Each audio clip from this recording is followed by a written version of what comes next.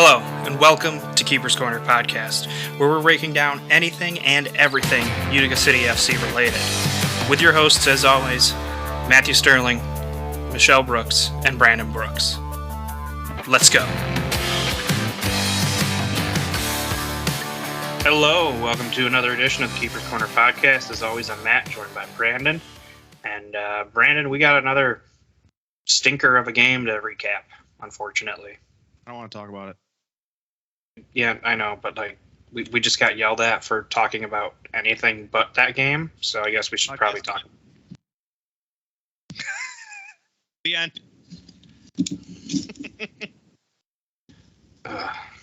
That was certainly a rough one to watch. And that's putting it lightly. Considering it was a game that we, yet again, on paper, should have at least stood a chance. Considering our first meeting with Baltimore went a little bit better. Granted, it was, earlier on in the season, and I mean, I would have thought that would have been worse, but it wasn't. Yeah, we get Toby and Logan back, and the defense is just as susceptible to giving up goals, and we'll talk about a couple of those where they just got absolutely burned. And then, of course, there is the fact that the offense, which was the only thing keeping us in games earlier, the league has caught on to the entire strategy of what if we just run down the boards faster than them and score? Yeah, I was going to say, what offense? They've started leaving people back so that we can't get those counterattacks off as quickly, and the offense has just disappeared these past two games. We went from averaging over 6 goals a game to 6 goals combined in 2 games. Yep. Yeah, it's it has become very rough, and it's unfortunately becoming harder and harder to watch. Both in person. I mean, I was lucky to escape watching the game before in person. Mm-hmm. Was it St. Louis? Yeah, I got that right. Yeah. That's what was going in my head, but for some reason I didn't want to look it up and I couldn't remember. So I mean, I avoided that disaster because I was sick, which you could still hear it because I'm still sick. 2.5 weeks later. Yeah. I know. Don't you shake your head at me. No, bad. Slap you on the wrist. Anyway, I got to avoid that disaster. Mm-hmm. Being there personally, I still watched. And then, of course, this one, I mean, I watched it till the end, but it hurt. I mean, just you look at the scoring summary, and it's just a lot of yellow, and it's a lot of Lucas Roqued. Roqued beat us by himself. Mm-hmm. I mean, they scored more on our 6 attacker than we scored with 6 attacker. Yeah, I want to talk about that a bit later. But yeah, if that's your stat that tells the story. You know what? I'm going to go with that, is the fact that we gave up more goals with our 6th attacker than we got, which meant it just wasn't a good investment strategy. I won't go too deep because I'm sure you want to go deeper in that later, but it just hasn't. 6th attacker has not been working. That's all I'm going to say. 6th attacker has been. I'm done seeing 6th attacker unless it's like a 1-goal game. Yeah. Because if we're already down, what was it at that point? 6-1? 7-1. 7-1. Like the game's out of reach, unfortunately. And I guess we're kind of going into it now, aren't we? Yeah. I was like, it kind of segued. Unless you want to talk about your stat. Oh, no, we can absolutely talk about this. Okay. I was going to say, we kind of segued right into it. So I definitely have, I mean, obviously we've seen games turn around very quickly. It wasn't necessarily this exact team, but it was Utica. Mm-hmm. We had our one game. We scored 3 goals in 45 seconds to win it. Yeah. It's happened. We've done it. But does lightning strike twice? Probably not. Maybe. It definitely hasn't struck well for us over the past few games when we've had to use 6. Mm-hmm. When we've had to use 6, it has not worked out. I'm not saying never use 6, but use it more reasonably. And yeah, definitely, I completely agree with your sentiment of it was a little bit too far out of reach. Yeah, that's really what it is. But I just want to check something. Within maybe 3 or 4, I would say okay, give it a go. After that, just stop. Just stop. Mm-hmm. So, all right. Well, here's my stat that tells the story. Jimmy. For the second game in a row, Utica failed to score in 2 of the 4 quarters. Yeah. Yep. We only scored in 2 quarters. You are absolutely correct. You can't play a half game and expect to win in any sport in any league. But no, and it's weird because it's not like it's the first 2 quarters and then the second 2. It's just second and 4, 2 and 4 that we were able to score. 2 and 4 we could score. 1 and 3, I'm not even going to say it.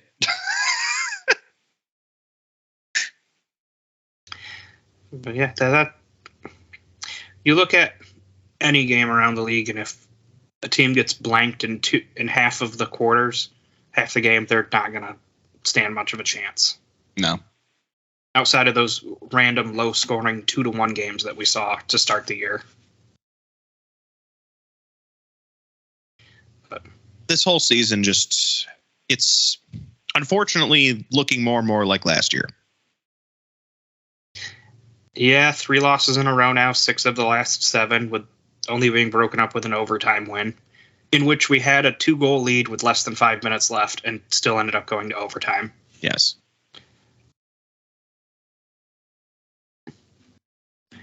Do you have a play that changed this game?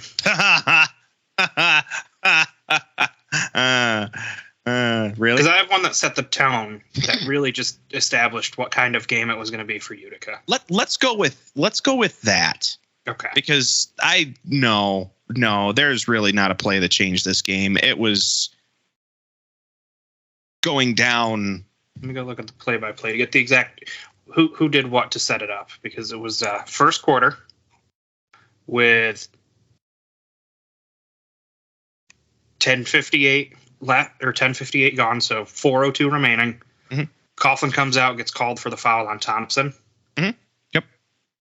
And then, the defense is, I don't know, taking a nap. Like, the cameraman had cut to a replay. Obasi finds Roqued and makes it 3-0. Like, just, they'll wait for us to get set up. I don't even know what happened, because the replay was so, they're like, all right, let's look at that foul again. And before they could even get that video started, really, there was a goal in the back of the net. Yep. I know exactly.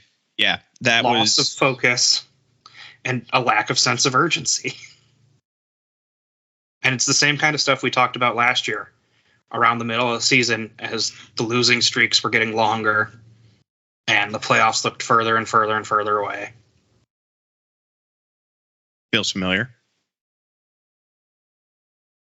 Yeah, unfortunately, I really don't like.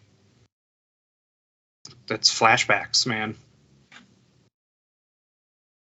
Yeah, it's definitely, it's unfortunately beginning to feel very similar to last season, to the point that,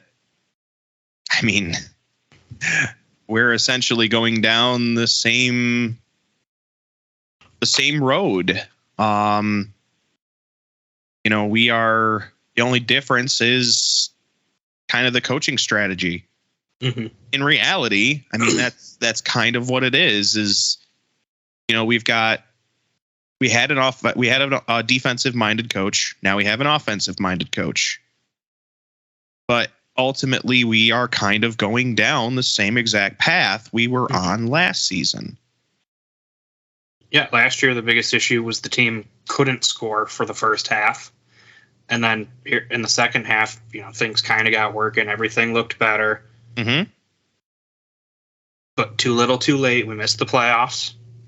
And we're digging that hole again, but not because we can't score, although you wouldn't know it from these past two games. But because we can't stop teams from scoring. Roqued had 4 goals. Melo had 3. Yeah. They combined for 9 points between the two of them.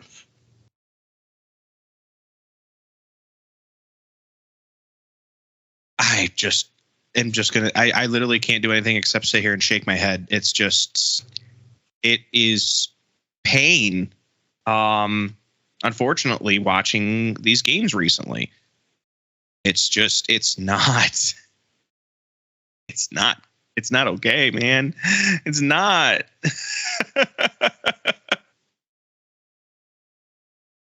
Yeah, it's one where last week I was like, I don't know if maybe we just overperformed to start the year and this is the real team, or if we're underperforming now. Man, I'm really starting to think maybe we just overperformed because different coach, different coaching strategy.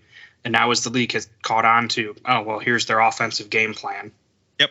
They've made adjustments. And I don't think we're that good in the half-court offense. Or not half-court. When we get it up into our attacking third and try to pass it around. And it's not just us that notice it. The Baltimore broadcast, who I think this was probably the best job they've done calling a game against Utica. There's no one crying about calls going, not the Blast's way, and they got the names right. And I was one of them did. Wow, good for you guys. I appreciated it. I didn't want to pull my non-existent hair out at that point. One of them kept going Yelovich. Wow. And the other one did. The other one was going Yelovitz. We'll figure it out eventually. We're halfway there. Living on a prayer. But there was one of the power plays where Utica went 1 for 3 again. And there's look at them. They're set up like an umbrella. There's no one in the box. There's no one checking in and out to drag defenders. They're just passing it around the outside looking for a hole to go one-on-one.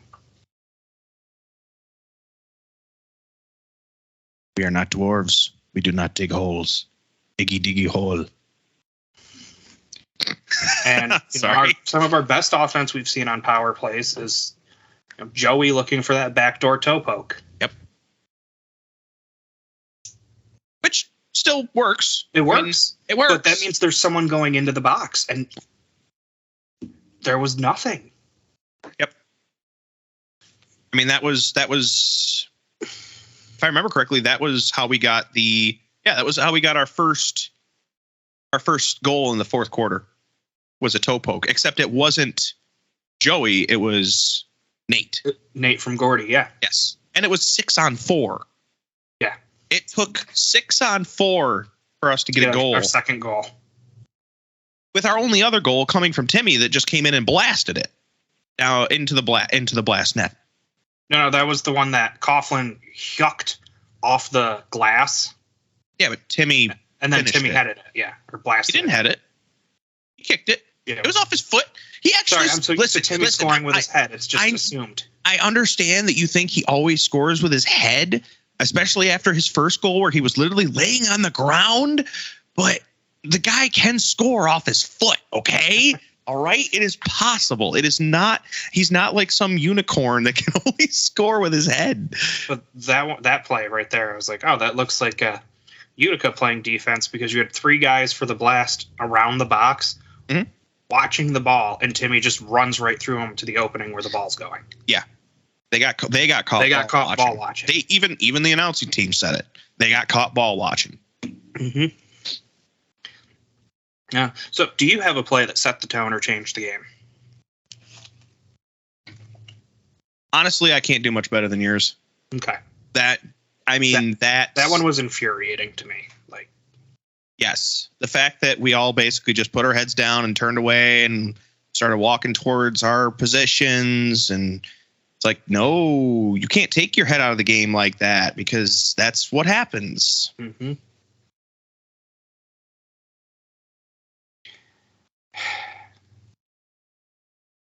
All right, what's got to change moving forward if Utica's going to turn this around? Specifically from this game, something that has to change. Oh, specifically something from this game? Yeah.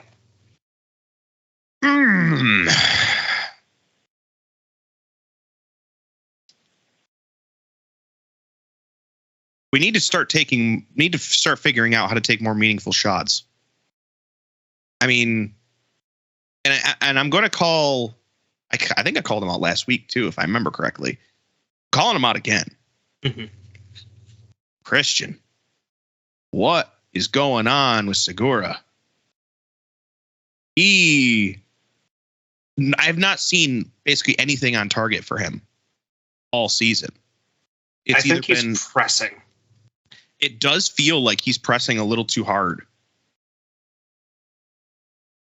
Like, I mean, I'm thinking about points per. I mean, yeah, points per game. I mean, he's got a point per game right now this season. Mm-hmm. The season. I mean, last season he also had point per game, but the season before that, when we first got him, he had double that. Now, I'm not saying that's any big difference, but it is. I mean, scoring percentage, his first season with us, he had 42%. Then he dropped down to 16.5. Now he's at 14. Mm-hmm. He's had 17 shots blocked across the season thus far. Mm-hmm. He had 40 for the entire season last year. So, I mean, he's basically on track for that again, but scoring much less. I mean, he scored 6 goals for us so far,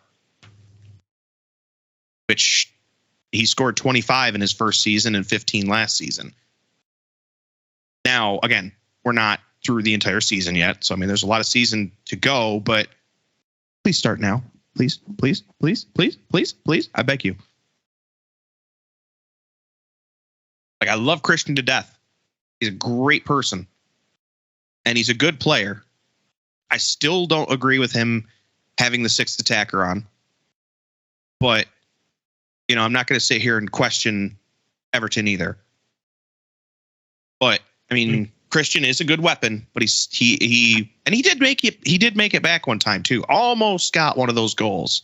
Almost recovered one of those goals, but by the fingertips. And it also is a smaller field. That was a smaller field. Yep. So he was able to get back easier. Oh, and yeah, don't even get me started on that three line violation. Oh my God. Don't even get me started on that. That's 25% shorter than the other standard ones in the league. The fact that we got hit with that as many times as we did, it just infuriated me. On top of everything else, it just that's going to be a problem when we go down and play in Chihuahua as well. They have a small field as well. Yes, I remember that they have a smaller field, not as small, I don't think, as Baltimore, but it's still smaller.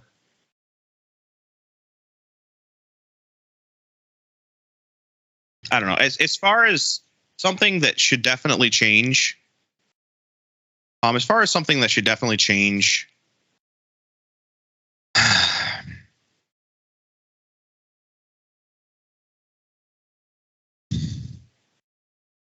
Yeah, I agree. Shot selection, we talked about it last week. Yeah. It's a lot of forced shots, which is why they're easy to block and easy to defend for the goalkeeper. Which is why we keep seeing all these guys, Vanzella, Paolo last week, that are having 80+% saved. Yep. And then you look at Coughlin's line and you're like, oh, 68%. That's pretty good. That's a good stat line in the MASL. Yeah. But when you're, by comparison, it doesn't look great. and it's a shame. No, it's a vast difference between the two, and I mean, you could almost say that the people we're going against are kind of getting in an inflated save percentage simply because we're basically putting it right to them. Yeah. All right, so here's what I think needs to change, and it relates to this game. And I'm going to draw some mentions of other games because I have to.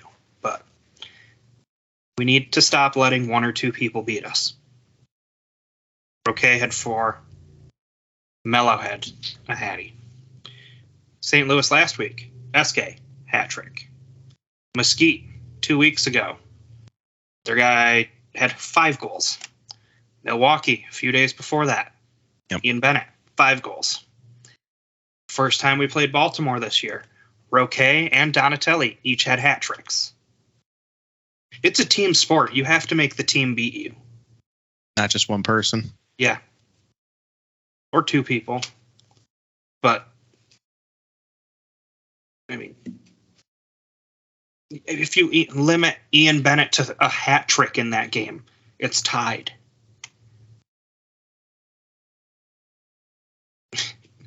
If you keep Mesquite's guy from scoring 5 goals, you don't blow the 2-goal lead in the final minute.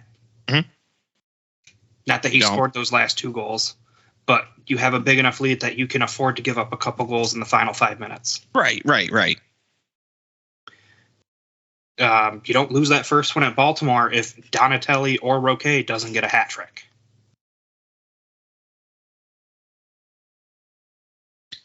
It's like, hopefully this isn't the NBA. You can't just let LeBron James go off for 55 points and know you're going to shut down the rest of the team and they're going to score 80 because no one else on the team is up to that level of talent. You can have a single player or 2 players carry a team very far in this league. Yeah, you can. You really can. We've seen it. And I don't know what needs to change. I got to go back and watch more video, and I really haven't paid attention to what kind of defense we're playing because it's kind of been really bad, and giving it too much analysis hurts. But I suspect it's mostly zone. It does seem most. I have seen us switch back and forth. I have seen sometimes where it ends up being, man. Yeah, man on man. I have seen that, but I've definitely seen a lot of zone. Yes, at least as far as I could identify, it did seem like we're running a lot of zone with some man-to-man mixed in there. So it's a mix. Because like against these, we kind of saw it against the strikers before Frank got thrown out, but it was Bo just man marking Frank. Yep. And which needed to happen. It's great to have a big guy up front, but if we put him on the back line to man mark their bigger power target forwards, I would much rather have him trying to help, I guess, balance the team out because we're so offensive heavy. We need more on the defense. Well, I think we might get to that because yes, we will talk about that. Because I mean that particular item could be getting addressed, maybe not necessarily by Bo, but by another person. Yes, on the team. So potentially that could be on its way to being fixed. All right, this is going to be the toughest part for our recap of this, which is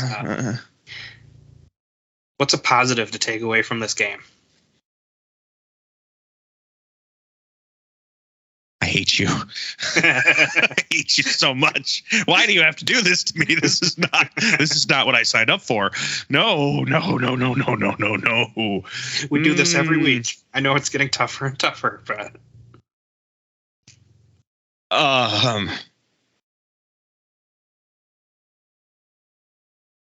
a positive from getting spanked 10-3 and not really putting up much of a fight. I can't even say that we outshot them because we didn't. Usually we outshoot the other team, and we didn't end up doing that. We capitalized on a penalty on a power play, 6-4. So I mean that's something. Oh boy.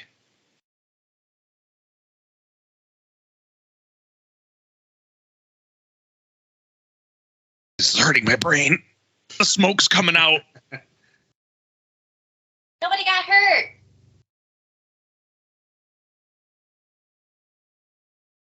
Shut up, peanut gallery. Biscuits. Dogs. I mean, look, no one getting hurt is a positive. It is that a has positive. been an issue over the years. I don't know. I can't think. You start. You figure. You. What do you got? Andrew Coughlin's performance. He didn't get a card. Kate. Not just that he didn't get a card. Oh. He had another assist. I'm pretty sure he leads the league in assists from goal, which has been huge in getting the ball down the turf fast enough that we can let our speed play to us and take advantage of defenses during transition. And again, like, he had 15 saves on 22 shots faced. That's a pretty good day. Yeah, he had a good game. Yes. I mean, the stuff that he got beat with was not like him standing there ball watching, which we have seen from him in the past. This year, in fact, there's been a few times where he's been ball watching, but this time was not one of those. He definitely, the past few games, he has stepped up his game. And he has been having some pretty good saves and really trying. We talk about the defense in front of him. You know, Baltimore blocked 15 shots, so Vanzella only had to face 16 of them, literally half of them, whereas we blocked 11 shots, and he had to face 22, so we only blocked a third of all shots that were taken on goal. So he's not just facing, you know what I mean? Like, he's facing a higher percentage of shots taken. He's facing a higher percentage of the shots that he is having to deal with there's more of them because they're getting past our defense, which is kind of what we've already talked about with the fact that, you know, even though we've got a lot of the components of our defense back, it's just they're not clicking, it feels like. Personally, that's kind of how it feels, is that they're not really. I remember watching Logan out there in this game a few times making good plays, but yeah, I don't remember seeing him out there enough. No, I feel like I don't see him, and I see Toby out there a good bit. I see Toby. You can tell the 2 years, 3 years without playing haven't been the kindest to him. He's kind of lost a step speed wise. He'll get there. I believe it. I believe he'll get there. Question is how quickly will he get there, and will it can also be an age thing? No, I don't believe that. Don't poop on my dreams. I'm just trying to be realistic. This might be the new Toby that we have to work with. I don't want to be realistic. I want to be happy.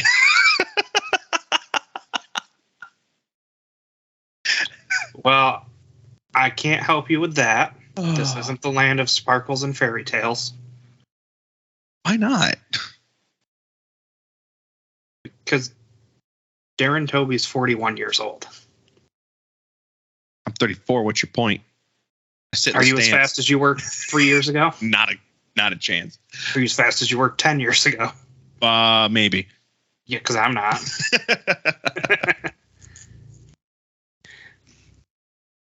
You know, it just happens. Players get older, they lose speed. It just happens. I get that. So that's a real possibility we could be facing as well. His presence out there is great still. Yep. I forget which goal it was. I watched him have to choose between defending the guy on a counter, defend the guy that he was marking at the time or slide over to go get the guy with the ball who had no one on him because he burned his defender. And it was like, man, if our defense was better at transition, it wouldn't be a 2-on-1 for one of the oldest guys in the league to deal with. Yeah. Because it was a lose-lose situation. Like the ball was coming down the left side of the turf, so Coughlin had to shift to his right. Toby stepped over to try to get that guy, and they just played it right around him. Nothing he could do. And then ball's on the other side of the net from Andrew. Easy goal. Absolutely nothing could be done there defensively. No, not really. It was kind of a no-win there. Yeah, that was a 7-3 loss to Baltimore. I have a positive if you really want it. Oh, you found one? Yeah. At least Rafa was out again. I like seeing the little menace out there. I thought you were going to say it was that we only have to play in Baltimore one more time this year. No, that's... I still hate that. But, I was saying that I really had wanted to see more Rafa out there the past, few seasons, the past few games. And the fact that we are seeing more Rafa and seeing takeaways, seeing, he's taking some shots. He's got a lot of potential. I still think he's got a lot of potential. And I enjoy seeing him on the field. I mean, the fact that we're seeing more of him, it's pretty nice. I'm pretty happy about that. So I think that's where I would, if I had to pick something, I would go with that. That's if I had to pick something. If I really had to pick something. All right, so I guess we'll talk about the news before we talk about this weekend. Yeah. That is, Utica made a trade announced yesterday with the St. Louis Ambush for Stefan Mijatovic, defender. In 6 games this year, he has 2 goals, 1 assist, 14 blocked shots, and only 1 blue card.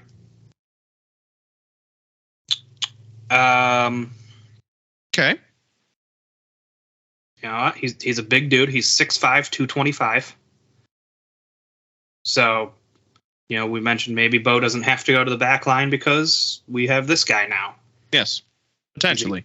Big dude that can match up with the, your big target forwards. Yep.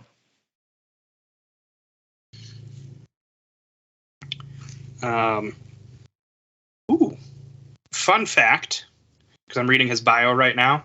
Mm-hmm. He's a multi-sport athlete, having competed globally in Taekwondo. He vied in the U.S. Open Taekwondo Championships and was a silver medalist in the 2012 AAU Nationals. So if there's a fight, we don't have Schindler anymore, but we do have a 6'5" guy that knows Taekwondo. He can take the whole team. He can take the whole team. No worries there. He'll be like, he's basically he can be the new Schindler, who literally just says, I could have taken him. I don't know if you saw the the Ambush put out a highlight reel for their players last year. Uh-huh. And I shared it on our Twitter of Mijatovic's. Looks very good defensively. Not afraid to sacrifice his body to make a play. Mm-hmm. And I didn't see it on that tape just because it was like a 30-second thing. Yeah. And all the goals they showed were him right-footed, but someone in the box said he's got a big left foot, which this team has desperately needed since Salah's left. Yes, they absolutely have. The amount of times I've watched the ball go to the left side of the turf and a player settle it and put it on their right foot in time for a defender to close instead of one-timing it with their left because they're not confident in it. Like, if I had a nickel for that, I would have several $100s after these past 4 seasons or whatever.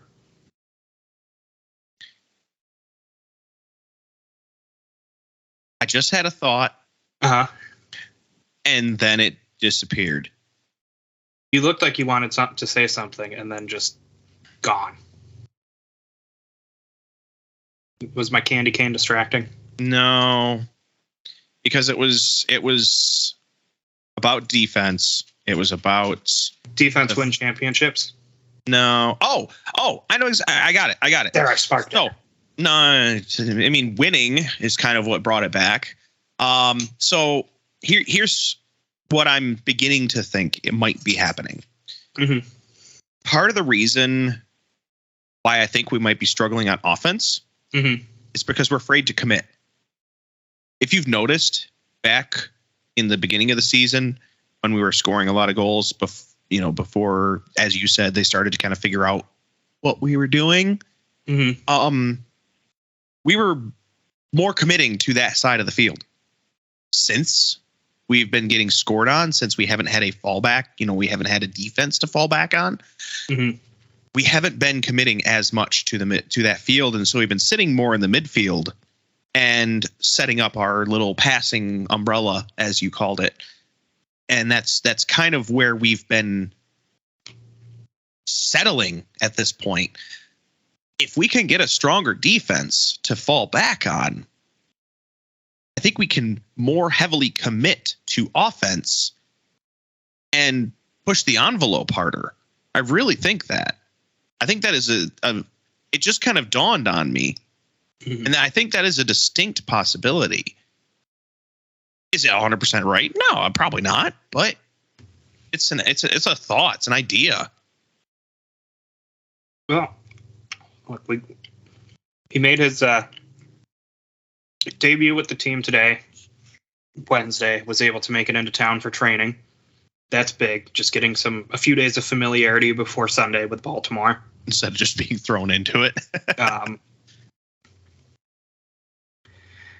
But yeah, like our defense has been just awful. Our goal differential this year at -18 is the third worst in the league. The only teams worse are Harrisburg and Dallas.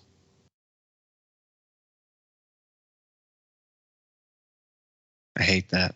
I hate it so much. I mean, it's yes, you could say, oh yeah, well, at least it's not the worst. Come on, let's not go there. It might as well be. All right. Sunday, back at the Odd. Rematch with Baltimore. The first time we get them on our home turf this year. Out of their friendly confines of CQ Arena. Onto a full-size field. No, almost. I think we're 5 foot short of full size because we have to have that false wall at the one end so the net can come out.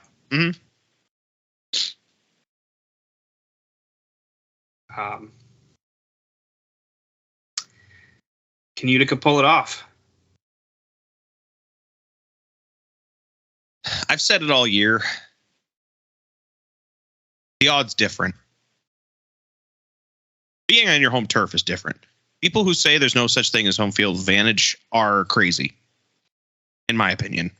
With the fact, with how influential I feel like a crowd can be, I sincerely feel that it makes a difference when Utica is home. Not always, as we saw with St. Louis, but it definitely has an impact. And I really think that it is possible that it could change at least this upcoming game, to try and see if we can right the ship at least for one night only. Even if that's all it is. Could be wishful thinking. It very well could be.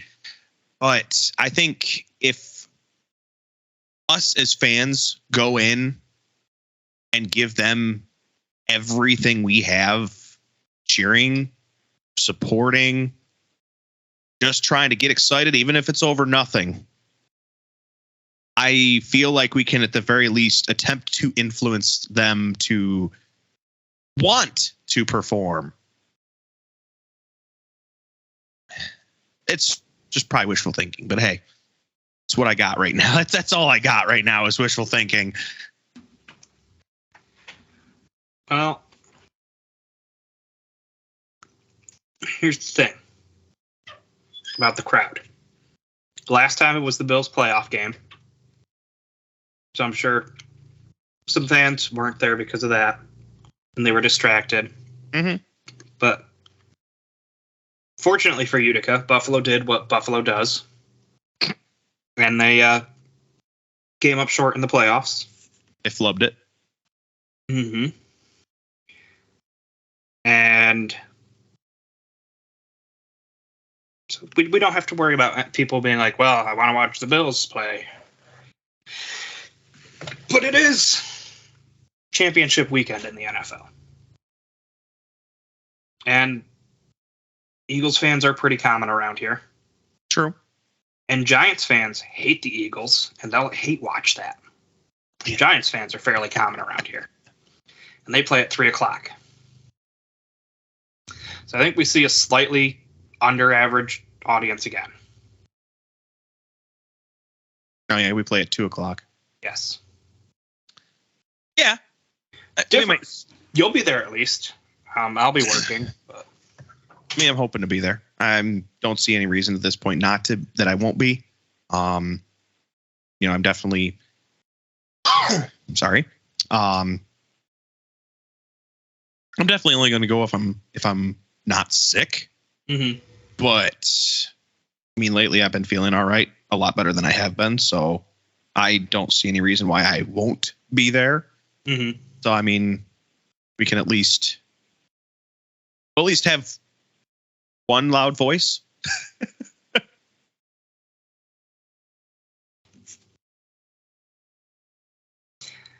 But, and like we've said before, it's a symbiotic relationship. It is. The team's got to show something. And if they come out and go down 2, 3, 4 goals again in the first quarter, that crowd's just going to lose it. Not like go crazy. They're just going to lose interest and be lackluster. Until they hopefully start coming back. And if they don't start coming back, well, then the crowd isn't going to come back. No.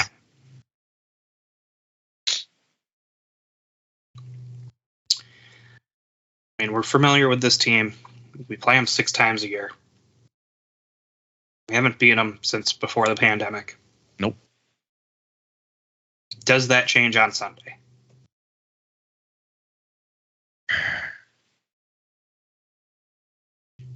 Because you were fairly confident last week taking Utica. Oh, yeah. No, I said we were going to win it in overtime, and we didn't even come close.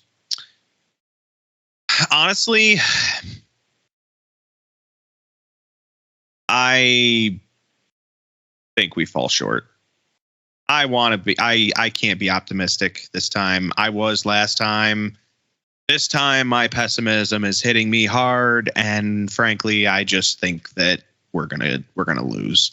Mm-hmm. We got a new player. There's going to be some adjustment there. I mean, as you said, at least we're getting some time on the field with him beforehand. So, I mean, at least we can, get some cohesion going. But I don't think it's going to be anything. I don't know if it's going to be enough, is what I'm trying to say. I don't know if it's going to be enough. So because of that, I get the feeling we're gonna drop one. We're gonna drop another 3 points. I don't think it even goes to overtime. Nothing. I just feel like it's gonna be a loss. And that sucks to even say. I'll be honest. It just sucks to say it, but that's the reality of it. I feel like at this point, I don't see us winning it. I want it to be close, at least somewhat close, but I don't think it's going to, I don't think we pull out ahead. I really don't. Yeah. I think this losing streak, I'm just going to get it out of the way now. I think it reaches 5 before we see it snapped. 4 this week. I think they lose next week in Milwaukee again. And we hopefully see it snapped. I mean, I'd love to see it snapped sooner. I'd love to see this team come out and show us that heart and hustle they had even in the tough losses. But Saturday, February 11th, when Harrisburg plays and it's UCFC after dark, that's probably the best chance to snap it. I mean, if you're looking ahead, we're coming up on the 4-game streak that I believed if we were going to get, I'm pretty sure this was the one. If we were going to get a 4-game winning streak, this was it. After Baltimore, Milwaukee, Harrisburg. That's probably our best chance to get a 4-game streak this season. And if we can beat Baltimore one of those 2 times, both of which are in Utica, we can make it 5. We can have a 5-game win streak. But I don't know if it's going to be this one. Now, that being said, it's great that we're getting another Fender. Don't go on a signing spree. Please don't go on a signing spree like we did last season and just try and sign everyone under the sun to try and fix it. It's just not going to work. It's going to be bad. So we can't have that.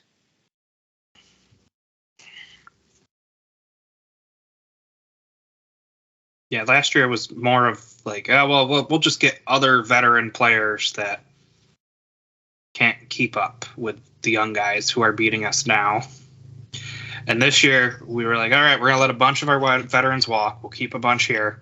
And then we'll sign a whole bunch of fast offensive guys and not have a defense. Or ball control. Some of them definitely, some of our guys need to clean up their ball. I mean, some of them are really good.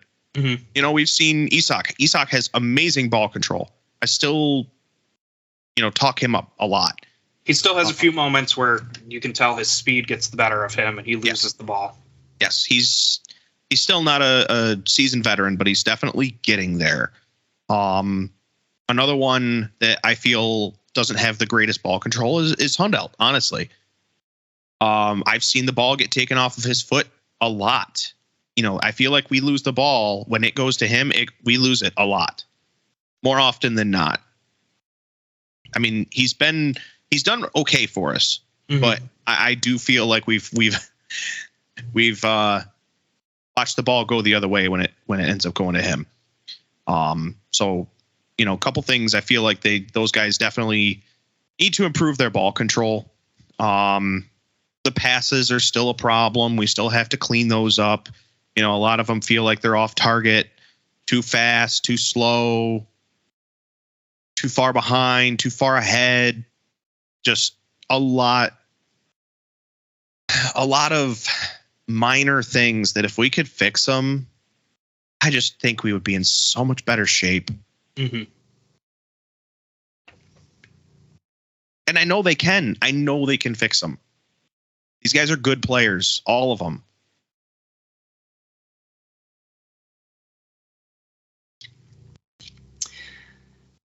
Yeah, I just don't see it happening this week. I'd love to see it happen this week.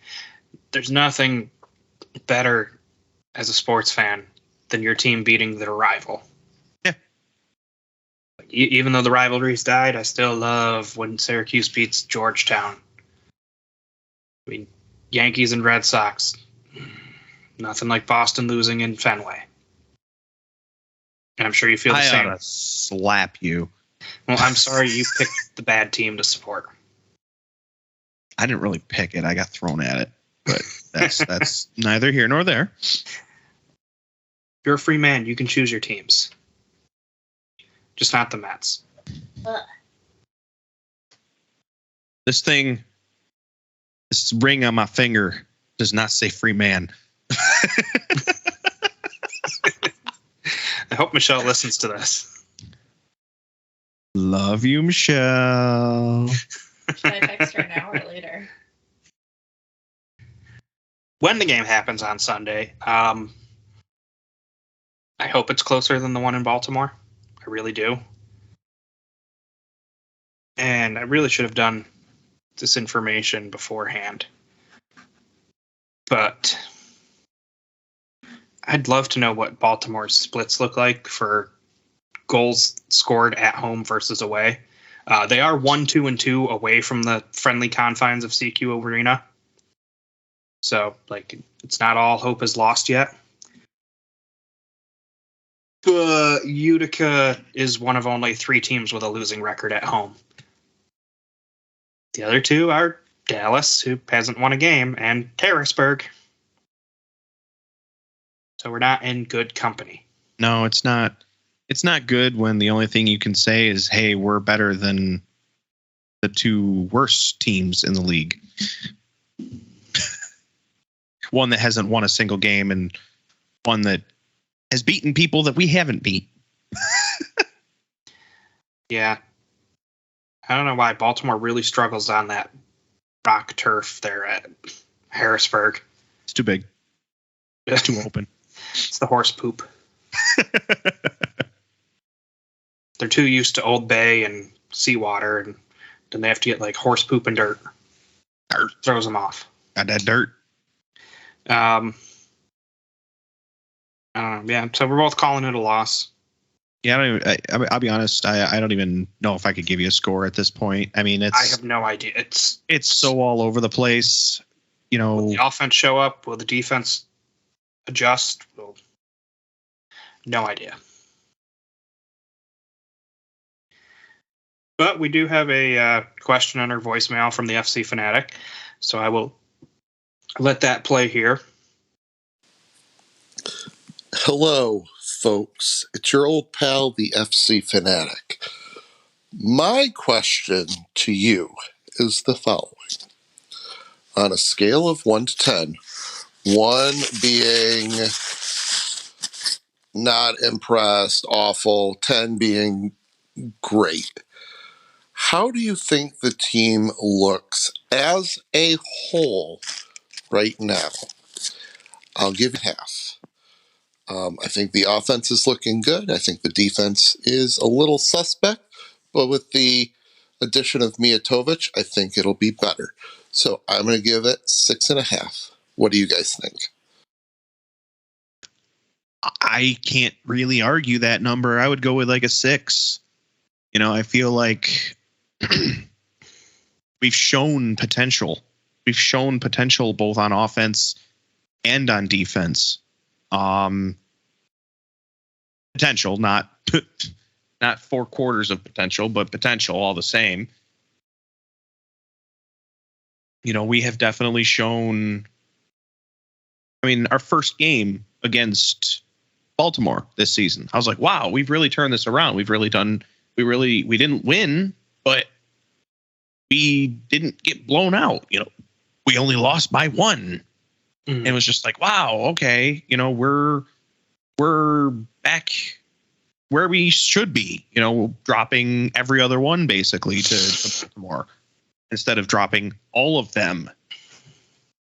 So, I mean, we have shown glimpses of greatness, glimpses of former glory, if you will.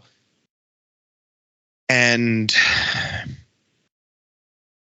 then we've also shown a lot of failings. Our St. Louis game, we took a nap on the field against Baltimore.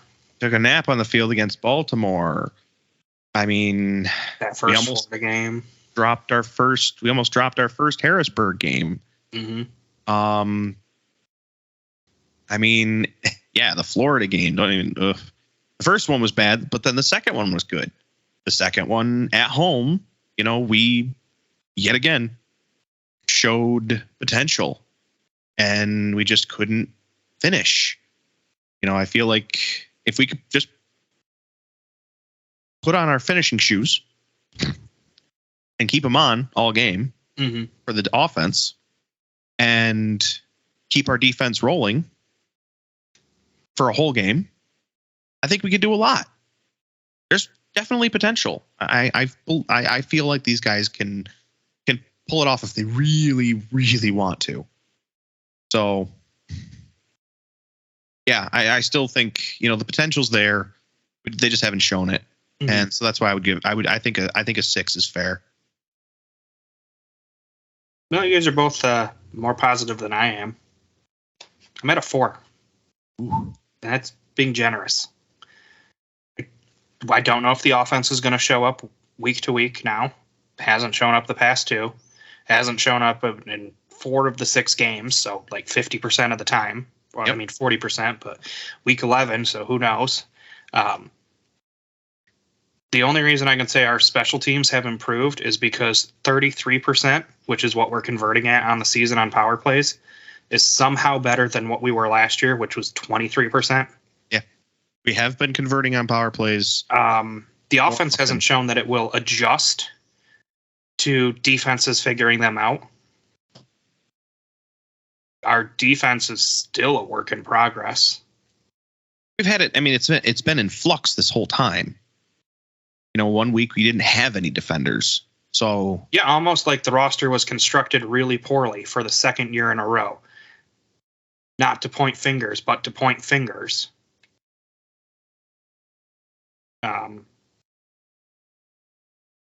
Like I've been on Twitter for 2 years now calling for the Yankees GM Brian Cashman to get fired. So I'm not afraid to say when roster construction is an issue. And it has been a huge issue for this team each of the past 2 years. Yeah, we've had that. I mean, we've definitely talked about that off, in like 72. I know we've had that conversation, and yeah, it's definitely been roster, not compensation, composition has been lacking, for a better term. I mean, it's just been, it's been wonky. It has not been solid, I feel.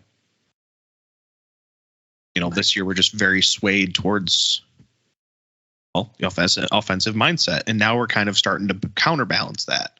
Like last year, the biggest thing this team was lacking was a playmaker. Yep. It looks like we found it with Gordy.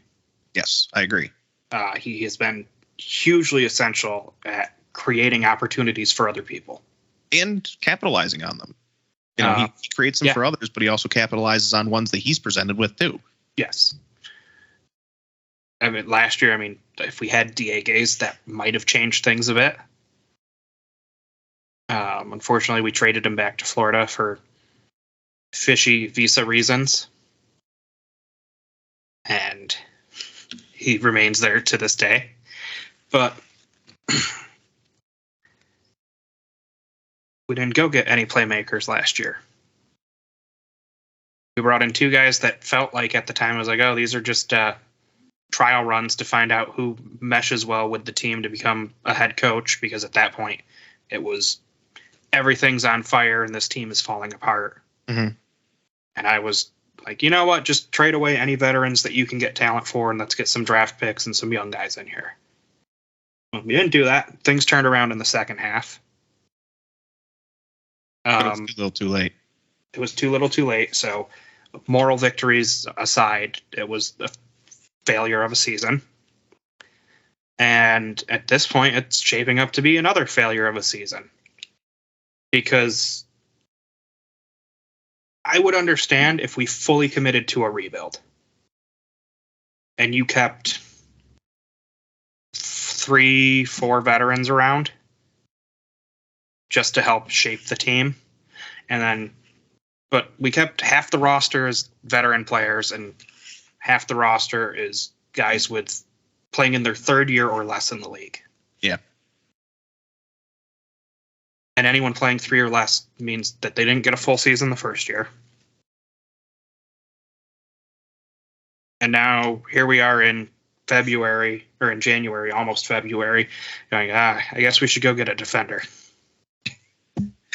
Yeah, it's, what do you say, week 11 at this point? I don't know what week it is, but we're headed towards game 11. Like Game the 11. middle of the Game season 11. is a week away. Yeah. So the fact that we're that far in and we're just kind of realizing at this point that we need a defender, an additional one. Yeah, that's not great. It's not great.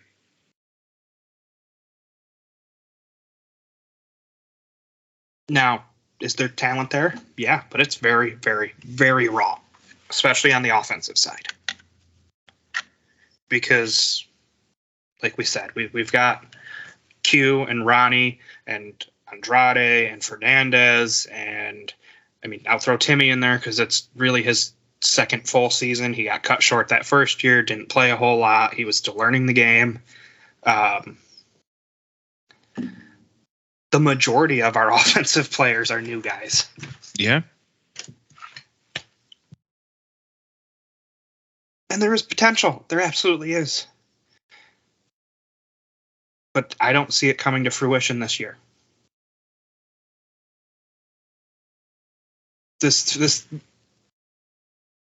on paper, before the season, I was like, it feels like a rebuild, but without the commitment. And at this point in the season, it has been that. Mm-hmm. It is a complete rebuild. There is a new coach, a new philosophy, a ton of new players just to the game of indoor itself, let alone to the league or to the team. And then there's also all these guys who have been in the league for 5, 6, 7, 10 years trying to lead the way, but not having I don't want to say they don't have the resources, but not having the roster to give them a shot at even making the playoffs at this point.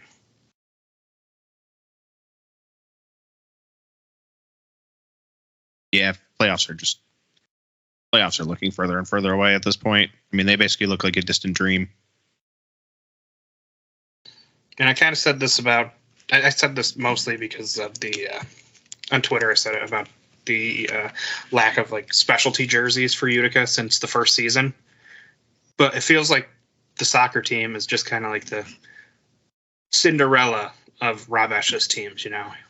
And I don't mean that in the end of the story. I mean that in the forgotten about, kind of just used to keep seats or butts in seats instead of having an empty arena. I mean, here's the thing. We had all sorts of different games. Well, not all sorts, but we had a couple different types or settings or whatever you'd like to call it, games in the first season. You know, we had the St. Paddy's Day game. You know, we had special jerseys for that. Much as I don't want to think about that game, it happened. There's the Save the Day week. Yeah, there was going on right now. Comets have their jerseys. We got nothing. There was of course, when we made it to the playoffs, we had the whiteout. Mm-hmm. And since then, yeah, it's basically been nada. Yeah. And I think, you know, if having something like that would, you know, give fans something to look forward to. The problem is, and what I assume is probably the part of the reason behind it is, with the team performing as it is, who's really gonna want to buy them? I mean, people like you and I'd probably pick it up if it was good looking, or if it was if it was like a charity thing or something like that, and you know, you donate to get a jersey. Oh yeah, like our event games are kind of, I don't want to say sad compared to other ones, but like the Fury or the Strikers just had a military appreciation night. They had special jerseys. They raised over $3,000 for charity to benefit veterans suffering from PTSD and other side effects of going to war. Mm-hmm. You're telling me Utica couldn't have that and have little special jerseys and make some extra money that way for a good cause that would also get butts in seats? Yep. Because I mean, the problem is all we end up having is Kids Day. We have Mascot Day. Mascot Day is cool. Kids Day, fine. So, that's fine. Doesn't really help everybody, or doesn't really benefit everybody because everybody doesn't have kids. Mm-hmm. But there is a lot of focus on kids up here, I feel. That's league wide. I know. But it feels more so up here because, again, those events and stuff are geared towards kids. Mascots are geared towards kids. The Kids Day is geared towards kids. This Sunday, they're going to have 10 different Comets players that are signing autographs.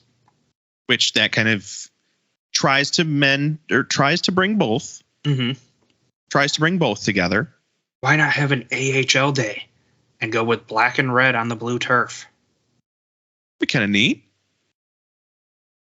Or black, red, and blue. Yeah, I would think that would be kind of cool. Yeah. I would go with that. That'd be a neat idea. And then the Comets can have a city night, and they can have kind of like identical reverse jerseys. Yep. And then guess what? You're selling all those jerseys off. Did you see the starting price for the Comets jerseys at auction? No. $750 starting. And they'll sell for that. They'll go for over $1,000. Oh, easily. Yeah. You could definitely make some good money off of that. And potentially good money for a good cause. Like we saw with the publicity. Utica City, the This Is Utica City thing with the Gerson Geertsen commercial. Right there. Yes. They could have had crossover dodgeball jerseys. Mm-hmm. And then they could have raffled those off at the end of or not raffled, but raffle or auction. Whatever at the end of the game. They absolutely could have done that, and that would have been awesome. I like how this started as where do we feel about the team? It's just kind of turned into like our can you please do a better job catering to people that aren't 8 or under? We're giving you free ideas here. This is free ideas. Like we had the season ticket holder night, and it was unless you are these 8 people who got free jerseys. Which I don't even know how you can get a discount in the store. I mean, how was that even selected, honestly? Yeah. No idea. Pulled on the random people.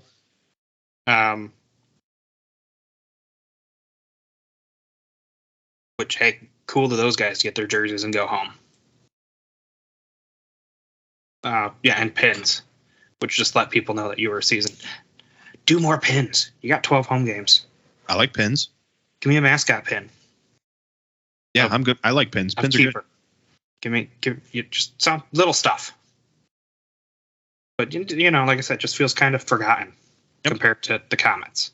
Agreed. That's more just venting than anything.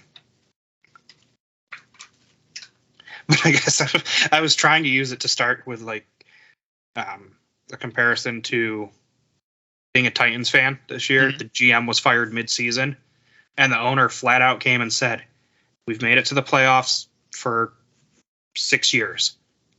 We need to take the next step. This is not good enough."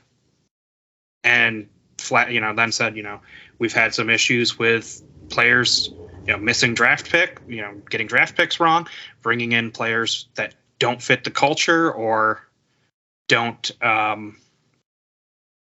chemistry with their teammates or just can't stay healthy. Yep. And boy, I can think of a team that I know of that had some chemistry issues and guys that didn't buy in and stuck around too long, and the GM's still there. And they blamed the coach. Yeah. I'm seeing where that went. I'm one of the mind that if you're going to get rid of one, get rid of them both. That's my mindset. Clean house, start fresh. Might not hurt, honestly, but. And I'm not saying fire Everton after 9 games, 10 games. I personally wouldn't. I personally wouldn't like to jump to scorched earth, but. If we're going to rebuild, just commit to it and start from the ground up. Yeah. if we're going to try to put together a team that can compete like right now and get into the playoffs, and then it's a crapshoot because it's a tournament, teams get lucky. Teams get hot at the right time. We saw that with San Diego during the COVID season, where they were terrible during their 7 games, and then they got into the playoffs and caught fire. Now, last year, the best team did win the championship, but that doesn't always happen in any sport. If we're going to do that, we got to have better roster construction. I don't really know what else to say on the subject, but I don't know. I just want to see. I just want to see more. We just need more. I just want to see more from these guys. More, literally everything. More across the board. I know they have it. I know they can do it. Let's see it. That's basically all I got. Yeah. So, hope for the best, plan for the worst, and be ready to come back next week and talk about another game against Baltimore. But hopefully in a better light. That'd be nice. It would be I'd love nice to come back and even just say, hey, we came out, we fought, we tried, things didn't go our way. Instead of, well, we got kicked in the face in the first quarter and then could never recover. Mm-hmm. Anything else you want to add tonight? I don't believe so. All right. Well, if that's everything, and Matt, I think we answered your question in there somewhere. Hey, I gave a number, you gave a number. I did, yeah. A 4, a 6, and a 6.5. So not like Matt's is barely a passing grade at 65 out of 100, and we both failed the team. Right. Until next time, I'm Matt. I'm Brandon. Thanks for listening. Bye.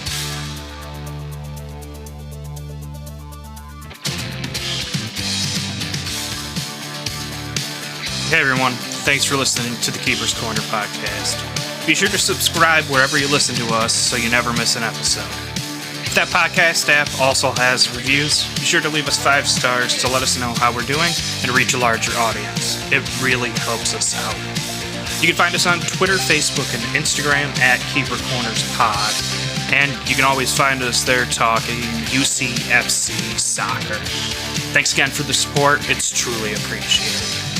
One last thing. Go Utica.